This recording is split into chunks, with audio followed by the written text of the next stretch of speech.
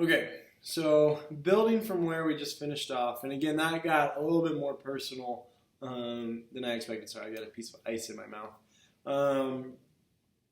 It got a little more personal than I expected, but nevertheless, I think still kind of like introduces some of these connections, I think, really, really well as it relates to thinking about film and our expectations or our that which we've been encouraged in a weird way to look for, or that which we've been influenced to think and feel as it relates to films. Okay? So we can think about, again, the whole kind of scope of horror as like one genre, and then we can think about like offshoots of that, right? Like the psychological kind of like thrillers. Or we could think about the slasher films, or we could think about those films that deal with possession of a spirit, right? We can think about films that deal with ghosts, right? Or zombies, right? There's a whole, again, kind of like, interestingly, like we have like this horror genre, and then we have offshoots about all different ways of engaging with that one particular genre. And so, curiously, like, why is it the case that we seek out certain subgenres of horror films if we do, right? And then, moreover, how do these films impact the way that we live our lives? Like, does it make us more cautious? Does it make us more timid? Or the converse, does it make us weirdly more bold, right? Because, like, we expose ourselves to so many, like, things to be frightened about.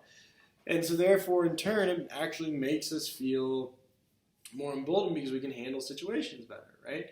There's a couple of different ways of potentially thinking about that. So where does this leave us? Okay, where does this leave us? Well, a couple of things, right? It's undoubted that fear exists, and we all fear certain things, whether that's people, situations, circumstances. But questions remain, such as why, right? Why do we let things frighten us, scare us, or cause anxiety? Okay? Is fear natural, or is it created, or a little bit of both, right? Because arguably, right, when we think about like what we know in the field of psychology, when we think about the notion of like fight and flight response, when we think about the notion of fight and flight, and we think about this idea that like there is something instinctual about trying to protect yourself, protect the ones that you love. If you have children, protecting your children. Right? But then there's also something to be said that like fears can absolutely be conditioned, or created, right? And conditioned. But they can be created insofar as like the idea that I see various things on the internet, or I see various things as it relates to the malfunctions of bulldozers, right? And I like continually watch these things. So therefore, I build up a fear of bulldozers, and so that impacts my decisions today to not come to my office were I to have been terrified of bulldozers. Because again, perhaps that bulldozer swings and hits the building, crumbling it. Therefore, all the structural integrity falls to pieces. I get buried under a ton of bricks, right? Like, I legitimately could hold that fear, and it could be kind of paralyzing insofar as it wouldn't let me kind of live my life the way that I live it if I were absolutely scared of bulldozers, right? But still, this question remains, right? Is fear kind of natural, right? That which we're fearful of, or is it kind of created and conditioned, or both? And one of my favorite examples here is like if you're a camper, if you go camping, okay? And I like to go camping. I like to be outside. Weirdly, as I've gotten older, I've gotten more timid.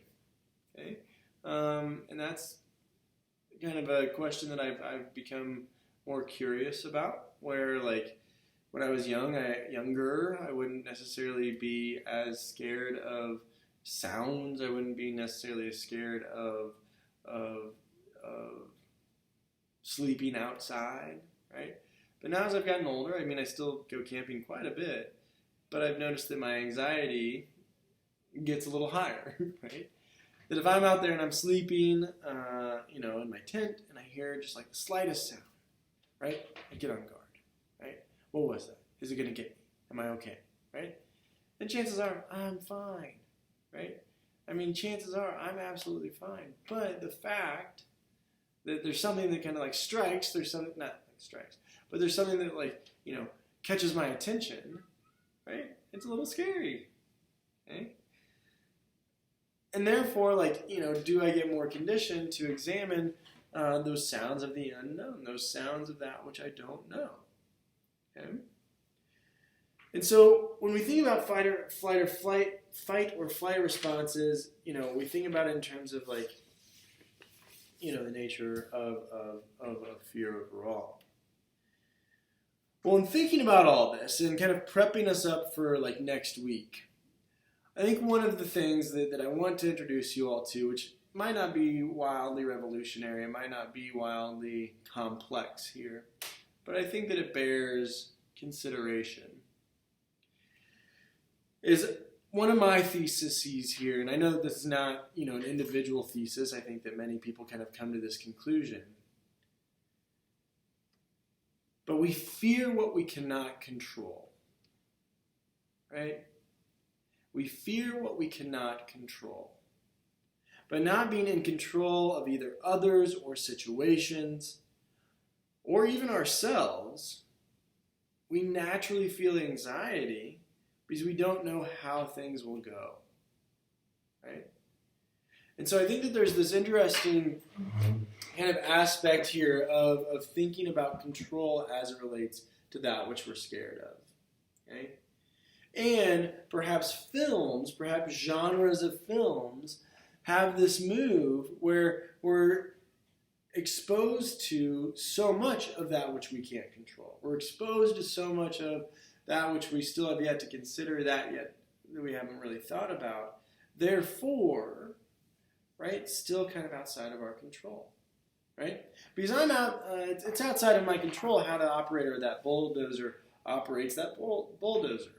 Sure, I could go down there and probably try to interview her or interview him, but ultimately, right, I'm still just putting trust in the fact that they know how to operate a bulldozer, right? But it's outside of my control to know what their training is, how long they've been on the job, how old that bulldozer is, when's the last time it's been serviced, right? And so therefore, that induces a little bit of anxiety. Similarly, when I think about going camping and all of these little sounds that I hear, right, that's all kind of outside of my control, okay? So I'm thinking about this kind of connection of lack of control with the lack of control with the increase of that which we're fearful of. I think there's a connection, okay? And so I encourage you to consider kind of in your own lives that which you're actually scared of, that which you are actually timid of, and think about how it relates to the nature of control, the nature of being out of control, right? Because that's the thing, right? We can't control others. We can't control ourselves even to an extent. And so perhaps there is this kind of anxiety-inducing response to that. Okay? And so through these discussions and through these questions that I've asked this week, I hope this leaves you with more to consider. I hope this leaves you with more things of interest as it relates to the nature of fear. Why are we scared of what we're scared of? How does fear play a role in our lives? Because I think that it would be extremely naive if someone were to say, I'm not afraid of anything. Because I think surely we're all afraid of something to some capacity or another, right? And so, what are we scared of and why? How does being scared of something impact our lives? And, how do we continually move forward, right? And so next week, and you'll see my intros for the two films next week when the folders are released.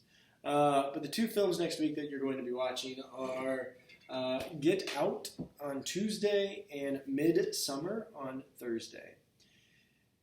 And I've chosen these films very particularly where, again, this genre of horror films is huge. And I mean, we could have done something classic like Stephen King, and we could have done something like The Shining. We could have done something with Alfred Hitchcock, which I was seriously toying with for a long, long time.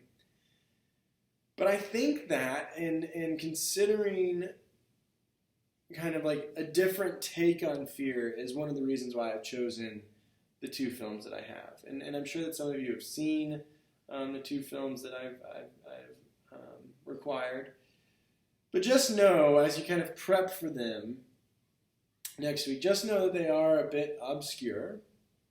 And they might be a bit difficult to watch, depending on, again, kind of your level of comfort with some gruesome aspects. That's particularly the case with Midsummer. Yeah, but I know that they both impact, and they both are quite referential to kind of more psychological appeals to fear, and I'll be really curious, how you all respond. So in thinking about this, and in thinking about kind of our conversations this week, have a great weekend. Pay closer attention to why you are scared of what you're. Pay closer attention to why you are scared of what you are scared of.